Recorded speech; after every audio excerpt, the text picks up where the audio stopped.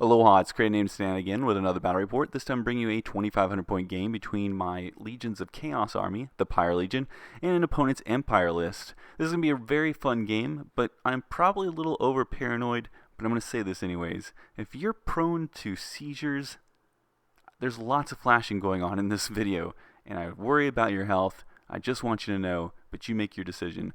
So, that out of the way, we're going to go into deployment. This is what my board looks like from up high. This is going to be a very troop-heavy Chaos army, so I hope you enjoy that. So starting on the right side, we have my Flamers and my Screamers. Moving on to the center, the heart of the army, we have 3 blocks of troops. The first one is a block of Chosen, armed with halberds and the Mark of Tzeentch. In the center, we have a big block with sword and board with Mark of Tzeentch. Then a Mark of Khorne unit, 2 blocks of War Dogs, and a War Shrine in the back. The BSB is in the big block, and the level 4 is in the unit of Halberds. That brings us over to the left flank, where we see a unit of Great Sword-wielding Dragon Ogres. Moving over to my opponent's left flank, we have a Cannon, a unit of Pistoliers. Then kind of off-center will be a unit of Handgunners. Then definitely in his center will be a Cannon, an Engineer, a Hellblaster gun, and then 10 Archers with the level 4. And then moving over to his right flank, facing directly across the meat of my army, will be a unit of Great Swords with a Captain and a General of the Empire in there. The Luminarchs in the back, we have a unit of 10 Knights, then a unit of Halberdiers with a detachment of Crossbows, and then finally 3 Demi-Griffin Knights. So before we kick this thing off, I just want to mention that I love all the random aspects of Warhammer Fantasy. I know that puts me in the minority, but I enjoy that part of Warhammer Fantasy. And so this army, I want to accentuate that aspect of the game by including that characteristic into my army as often as I can. And so I brought lots of champions. I'm bringing this unit of Chosen, and since we have to roll on the Eye of the Gods table. I get 4 dice. I'm really excited to make the decision on what I'm going to bring. So we roll it up, and this is what I roll. So, I guess the gods like to make their own decisions. Dark Apotheosis, aka a free demon prince. Unfortunately, you have to also pass a leadership test, which you can't re-roll, and I don't quite do that. So instead, the unit becomes stubborn. Still pretty good as long as that champion stays alive. We move our Vanguard moves, which is just the Pistoliers, and we roll off to see who gets to go first, and the Legions of Chaos win it. I start off my turn by declaring a charge with my Screamers into the Pistoliers. I want to keep them as far away from my rear as I can, and as long as I charge them and it keeps on fleeing, they're pretty much going to be stuck where I need them to be. The game, as you can see in the deployment, is really going to just turn into 2 different battles. You're going to have the meat of our armies on the right, and then you're going to have this little skirmish battle on the left. And as much as I like to say I would like to eventually bring the Flamers and the Screamers into the rear with his other war machines, it's probably going to take a couple turns to take care of the Handgunners, the Pistoliers, and this cannon before I can even start thinking about moving in that direction.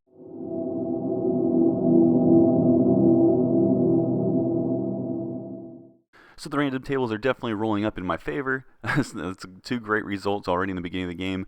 Unfortunately, this time my opponent passes his leadership test, so we don't get to turn his wizard into a demon. Other than that, magic's not too exciting. I do get off a Searing Doom that kills off 3 knights. We go in the shooting phase next, and my Flamers kill off a couple of Handgunners. They pass their toughness test, and they get regeneration. Here's an overview of the board as we go into Empire turn 1. He doesn't declare any charges, doesn't move too much. He repositions a couple units here and there to make sure I don't immediately flank him with, say, my Dragon Ogres. and then he gets just ready for magic and shooting. As I'm looking at the board, I feel like I'm in a pretty good position if I keep everything he has in front of me. I think all my units 1-on-1, maybe even 2-on-1 depending on the unit, are able to take his units on.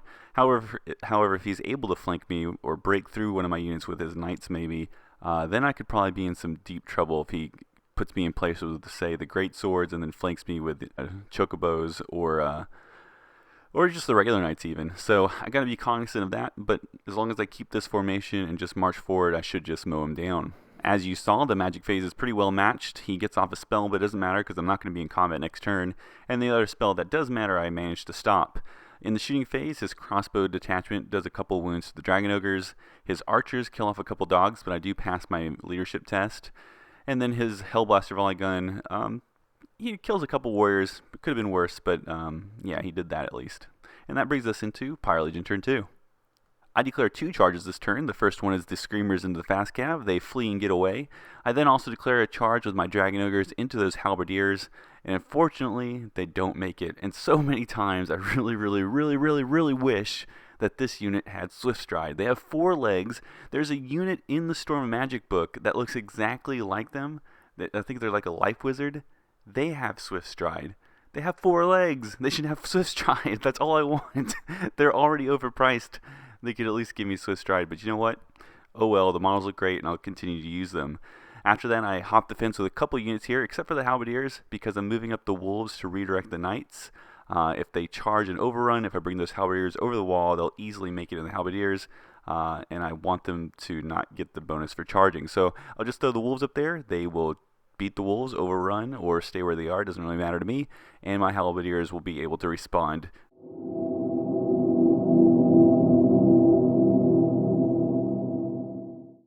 Khorne's Wrath misses wildly. We go into the magic phase, and nothing really to report. I fail a Searing Doom with 3 dice, and then that gives my opponent all the dice to stop a Give Her a Glory spell, and we jump into shooting. And in the shooting phase, I open up on these handgunners with my flamers. This time they do fail a toughness test, and now they're only left with 2. We go into Empire turn 2 with an overlook of the board, as you can see here. And since I failed my charge last turn, he's able to bring his Halberdiers into my Dragon Ogres with his charge. And then my opponent declares a charge against my dogs with both the Great Swords and the Knights. And so, while I thought I was being pretty clever, forward-thinking by saying, you know, I'll leave my halberds back, he'll hit the dogs, he'll either overrun and hit nothing, or stay where he is and still allow my halberds to respond, he one-upped me by charging these Great Swords in. So now, when he overruns, he's going to overrun away from the unit with the most ranks, which is definitely going to be the Great Swords, and that's going to have his Knights, in fact, run a different direction, which will hit my large unit with the swords. Now, it's still a large unit with the sword and board, so it's not going to be terribly easy for him, but it was just a pretty good idea by him to not fall into the trap I was setting up for him. Other than the Glittering Room going off onto the Halberdiers, which won't matter because my Dragon Ogres have Great Swords, not a lot happened in the magic phase. So here's the left side of the board, and then we move into the shooting phase, where we see the archers take a wound off of the Screamers. The Hellblaster volley gun comes in and finishes it off. A cannon takes out one of the flamers. The other cannon, trying to take out a flamer also, blows itself up, and then we go into combat. We start over here with the Halberdiers against the Dragon Ogres. I do enough wounds to win by 1. He sticks it out. We get overview the board, and as you can see, the Knights did beat the dogs, and with the help of the Great Swords, they redirected their overrun into my Sword and Boar warriors. So that brings us into my turn, and I get to declare some charges. Because of how the Dragon Ogres and the Halberds lined up, I had a perfect flank charge with my Khorne warriors, so I was pretty happy about that. And then I bring up my halberds to protect the flank of the sword and board unit from the Great Swords if they decide to come on down. On the Screamer side of the board, I fly my Screamers over the Pistoliers and kill off 3, and then I move the Flamers between the Forest and the Hellblaster just to give them that additional modifier.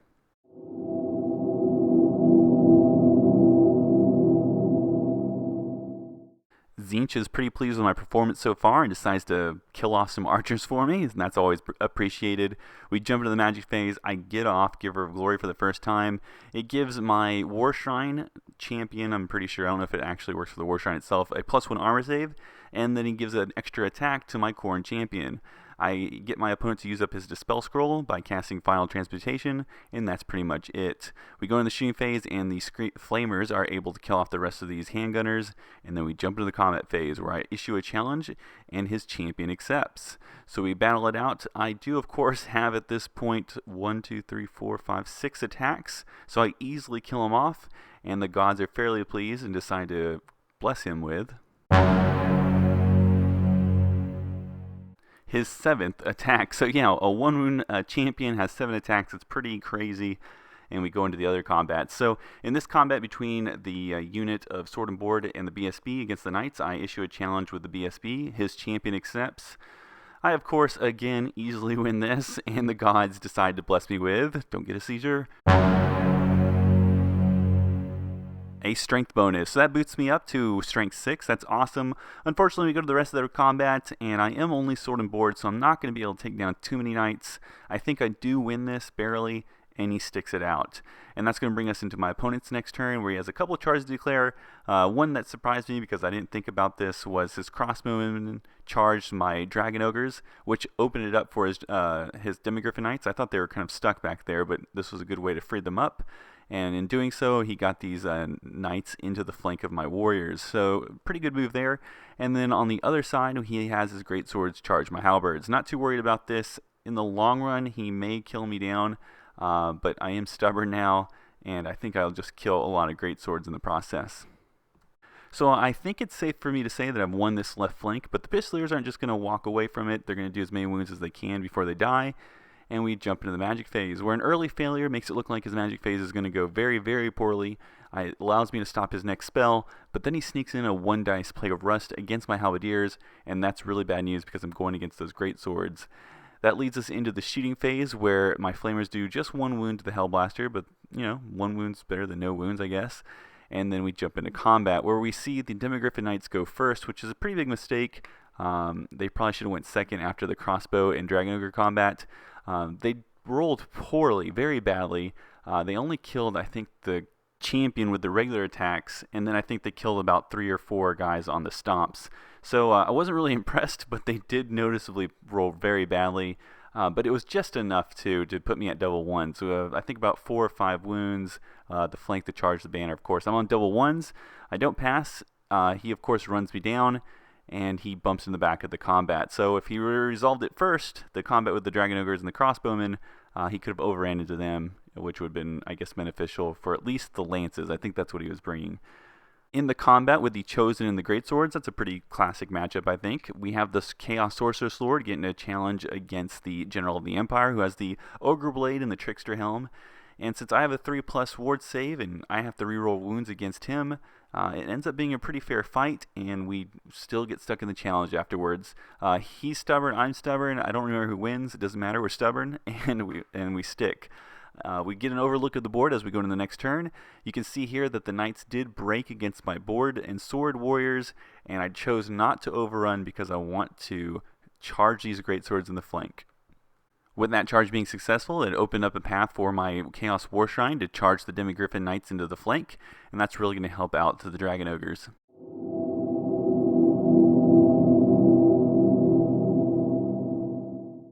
As you can see, the magic phase was very even. I just happened to outroll my opponent for the first spell, which gave me Enchanted Blades up on the Dragon Ogres. That's going to be very helpful. And then he outrolled me with Giver of Glory. My opponent has to pick up another Pistolier. My Flamers end up whiffing, and we jump into combat. So here we are with the Sorcerer and the General of the Empire and their challenge still. I managed to kill off the General this time around. He dies, and the gods bless me with +1 toughness. The rest of the combat, of course, goes in my favor. I did flank him with a large block of Chaos Warriors. He, of course, still has some great swords left. They are stubborn and they do stick, and that brings us into the other combat with these Griffins and the Dragon Ogres and the War Shrine. Now, I would like to lie to myself and think that this is a pretty even matchup, but you know that I know that these Demigryph Knights should probably win it. So we go in that combat, and as you can see here, it doesn't even look like we resolved it. That's because we both whiffed. So he, of course, missed a bunch, and then I guess he didn't wound me at all.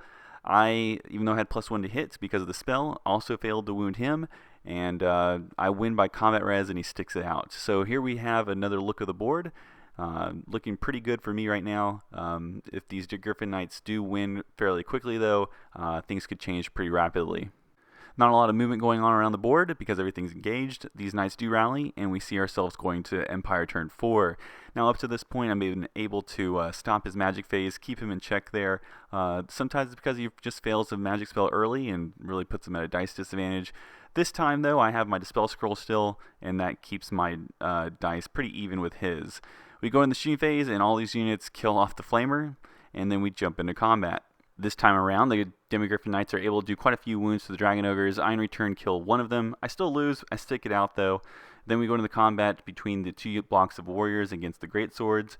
Since the generals finish their combat, I'm able to issue another challenge, this time with a BSB against his BSB. I know it doesn't look like one, but it definitely is a BSB. We get into that challenge, and I again win the challenge. I'm winning all of the challenges. So there we go. We get the gods to look down on my BSB, and they bless me with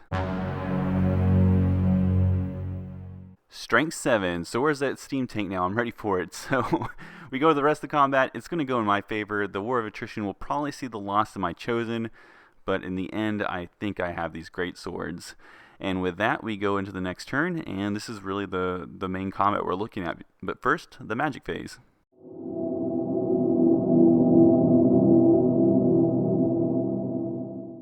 The Slanesh result kills off this cannon. I've come to learn that that's my favorite result. It really is brutal against artillery and chaff, and it's just one of my favorite ones to roll up. We go into the magic phase. I try to get off Enchanted Blades on the Dragon Ogres. He stops it.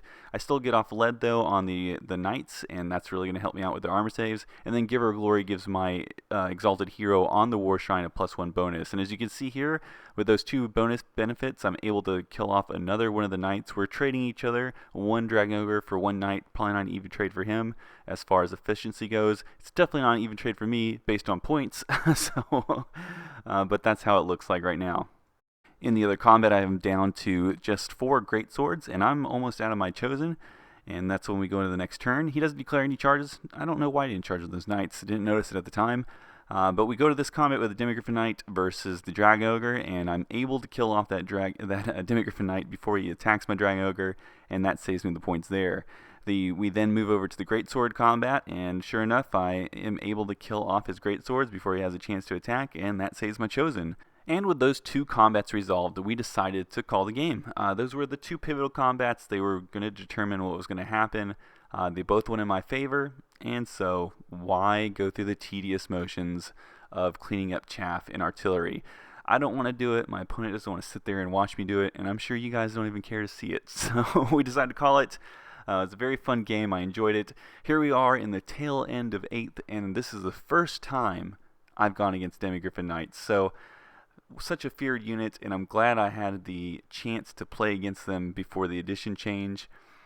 I can definitely tell, even though they, through 3 combats, fluffed their attacks, I can definitely feel the pain that they can deliver. Even when they were rolling poorly, they still did a lot of wounds. So from here, we have the Age of Sigmar coming up. That means I have about 2 or 3 battle reports I would like to get out before that new edition drops. So that might mean more content sooner. We'll have to see. But until then, we'll just go ahead and say until next week, like I usually say. I do appreciate everybody's likes, comments, and subscriptions. And I also want to specifically say thank you for all these new people that just came on board. I have a feeling that you guys came on because of the mention of my name on Once Bitten's channel, and I appreciate that from him, and I appreciate you guys coming on board to see what I have to offer. So hopefully I live up to your expectations, and I do appreciate you guys coming to watch. So, like I always say, I'll see you guys next week, and see you later.